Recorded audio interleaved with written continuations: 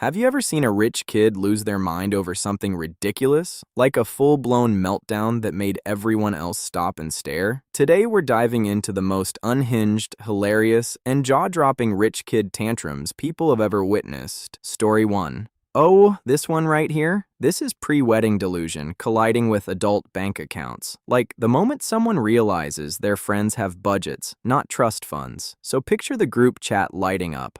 Bride all excited, big energy, tossing out ideas like confetti. Then she drops the bomb. Let's all chip in and hire a private jet to Cancun for the bridal shower. And I can just imagine everyone staring at their phones like, hold on, did she mean that as a joke? Because private jet money is not split the Uber money. That's mortgage payment territory. That's sell a kidney and hope for the best territory. But she's dead serious. Meanwhile, the bridesmaids are doing mental math at lightning speed. Flights, hotels, dresses, gifts. The whole wedding tax already stacking up.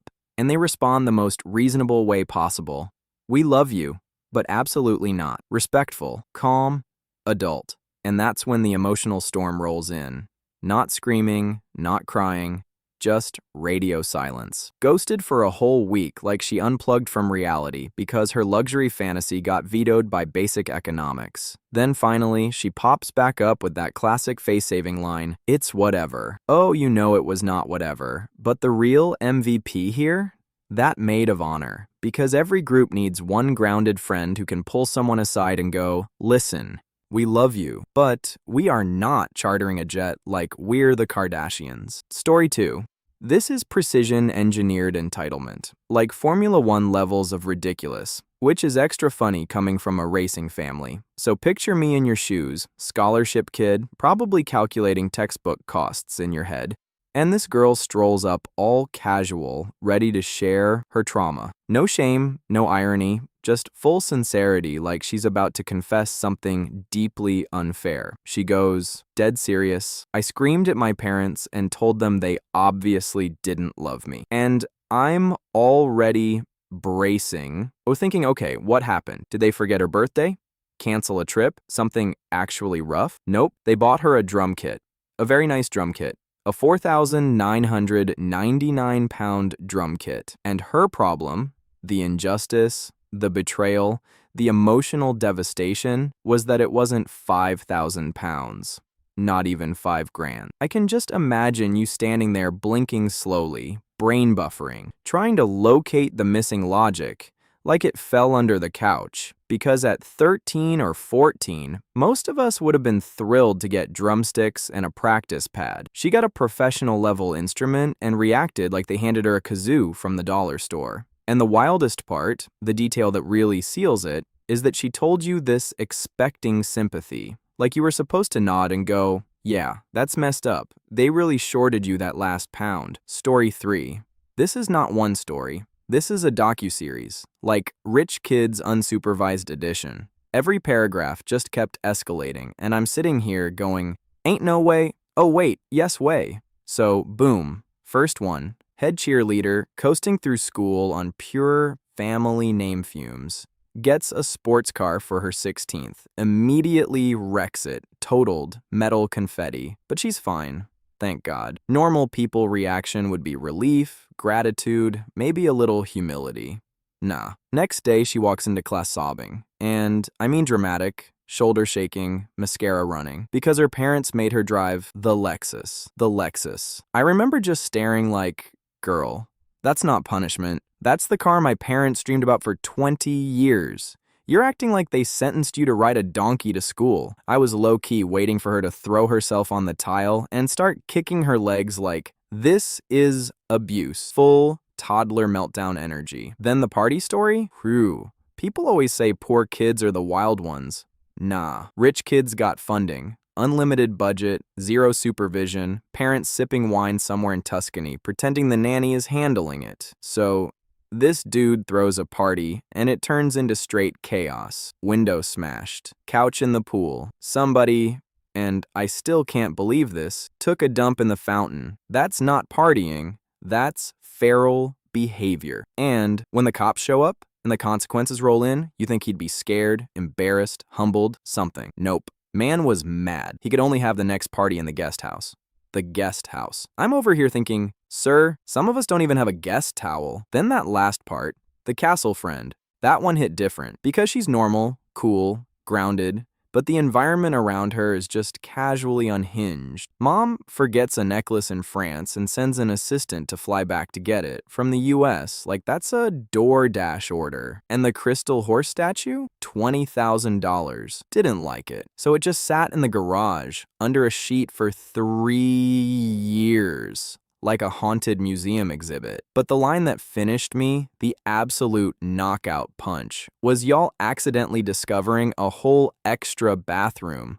11 bathrooms. I'm picturing you standing there holding pool floaties like, wait, we've been living here this whole time and there's a secret toilet? Story 4. This is the greatest hits album of entitlement, like stadium tour level meltdown. So picture this: church or school parking lot, buses loading up, kids dragging duffel bags, counselors doing head counts, parents giving the classic behave yourself speech, normal pre-camp chaos. Then out of nowhere, screaming, not whining, not complaining, full volume, veins in the neck, Broadway audition level, yelling at his own mom in public. You don't love me. You know I need more than this. How am I supposed to have fun? And I'm standing there as the intern like, hold on, did she forget his medication, his inhaler, his suitcase? Something serious? Because this reaction feels life or death dramatic. Nah. The crisis? She only gave him $500 cash. $500 for a week at camp in the mountains, where the most expensive thing available is probably a hoodie and a candy bar. And this man wanted 1,000. I remember doing the mental math like my calculator just broke. Because at that age, if someone handed me $50, I would have felt like a small-time drug lord. This kid's acting like he's being financially oppressed with $500,000 in his pocket. Meanwhile, everybody else around you is just unfazed. That's the part that gets me. No shock, no side eyes, just quiet acceptance like, oh yeah, that's Brian. He does this. Story 5. Oh, wow. This one is short but nasty. Like the kind of meltdown where the words themselves make the whole room go quiet. So I'm picturing first grade, right? Little backpacks, Velcro shoes, kids hyped about a field trip because leaving school for 3 hours is basically Disneyland at that age. Everyone's buzzing, teachers counting heads, snacks packed. Whole vibe is wholesome chaos. And then this one kid just detonates. Full volume screaming meltdown in the hallway, not crying, not nervous, angry, repeating the same line over and over like a broken alarm. Only trashy poor people ride buses. I remember thinking, hold up, that is not a sentence a 6-year-old invents on their own. That came straight from the dinner table. Somebody said that at home, loud and proud. Meanwhile, the rest of the kids are just standing there, clutching their juice boxes, confused because to them, the bus is the fun part. The snacks, the singing, the windows you fog up with your breath. And of course, right on schedule, the parents swoop in like a private chauffeur service, keys jangling, ready to rescue their precious angel from the horrors of public transportation. I would have been watching that whole scene like, ma'am, you didn't solve the problem. You just upgraded the tantrum package. Story 6. This one is peak 80s parking lot aristocracy, like shoulder pads, hairspray, and ego the size of a shopping mall. So picture the setup. Junior year, high school parking lot full of beat-up hand-me-downs, rust buckets, engines coughing like chain smokers. Totally normal teenage fleet. Then this guy rolls in with a BMW he traded for, courtesy of grandma, no less, and suddenly he's acting like he just inherited the crown jewels. And the attitude?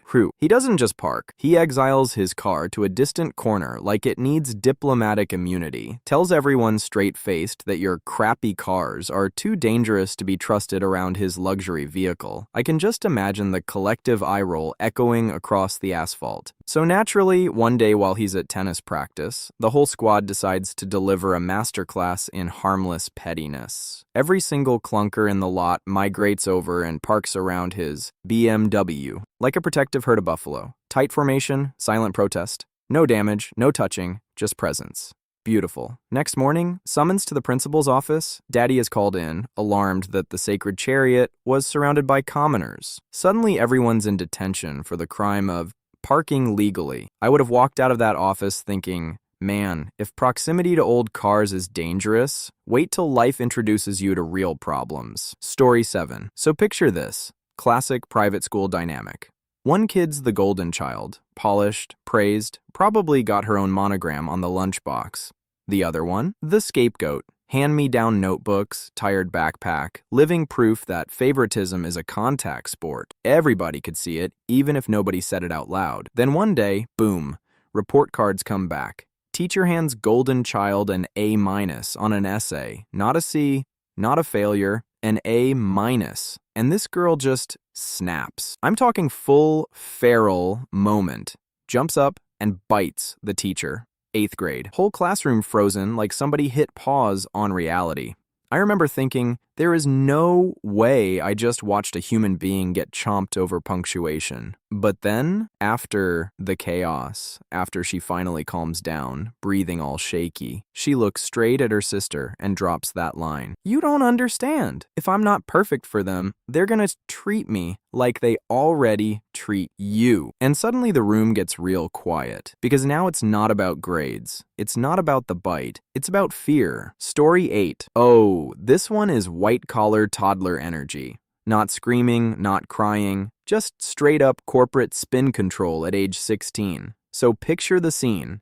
Kid gets caught cheating. Not suspected, not rumored, caught. Evidence on the table. Teacher disappointed. Administration ready to drop the hammer. Normal outcome? Detention, suspension, maybe getting shown the door. Lesson learned. End of story. But nah, instead of apologizing, reflecting, maybe accepting the L like a normal human, this kid runs straight to lawyer daddy. Full escalation. We're skipping guidance counselor and going directly to litigation vibes. And the defense they come back with? Not denial. Not remorse. We were just being efficient. Using our resources. Sir, that's not studying. That's fraud with a thesaurus. I can just imagine the administrators sitting there, blinking slowly, wondering how a cheating scandal turned into a boardroom negotiation. And somehow, the punishment gets softened.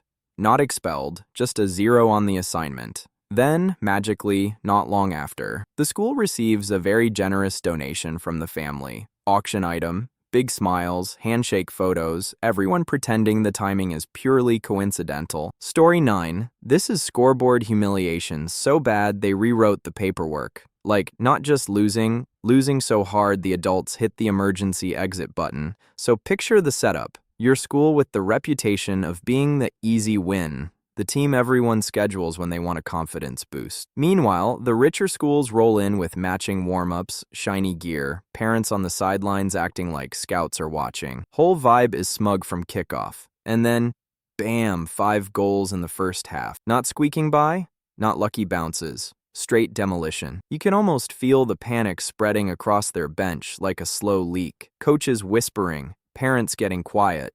Players realizing the script flipped and nobody warned them. And the detail that seals it? You, the center defender, pushing up the right side and scoring. That's when you know the universe decided to clown them personally. So instead of taking the loss like competitors, their coach pulls the ripcord and forfeits. Mid-game. Just shuts it down so the record shows forfeit instead of we got cooked by the worst team in the region. That's not strategy.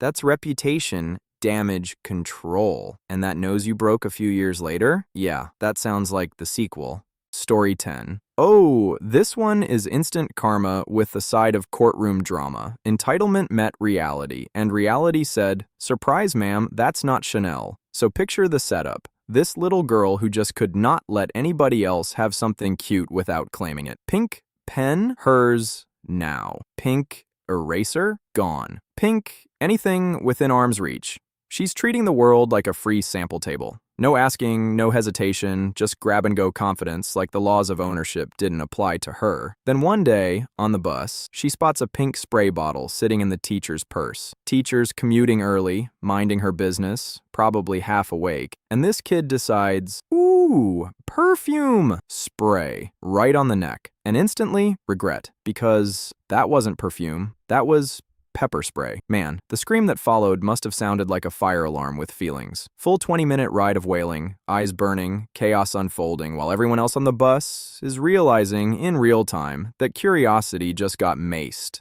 And then the mom shows up, storming in, furious, volume at maximum. "Someone injured my princess!" I can just imagine the teacher standing there like, "Ma'am, your princess robbed my purse and self-seasoned." Trying to get the teacher fired is the cherry on top. Like the audacity didn't stop at the mistake, it doubled down. But the fact it didn't work? That's the universe, restoring balance. All right. Those stories were wild. If you've ever witnessed a meltdown that made you think, "There's no way this is real," drop it in the comments. We read every single one. Don't forget to like, subscribe, and stick around, because the next batch of stories somehow gets even crazier.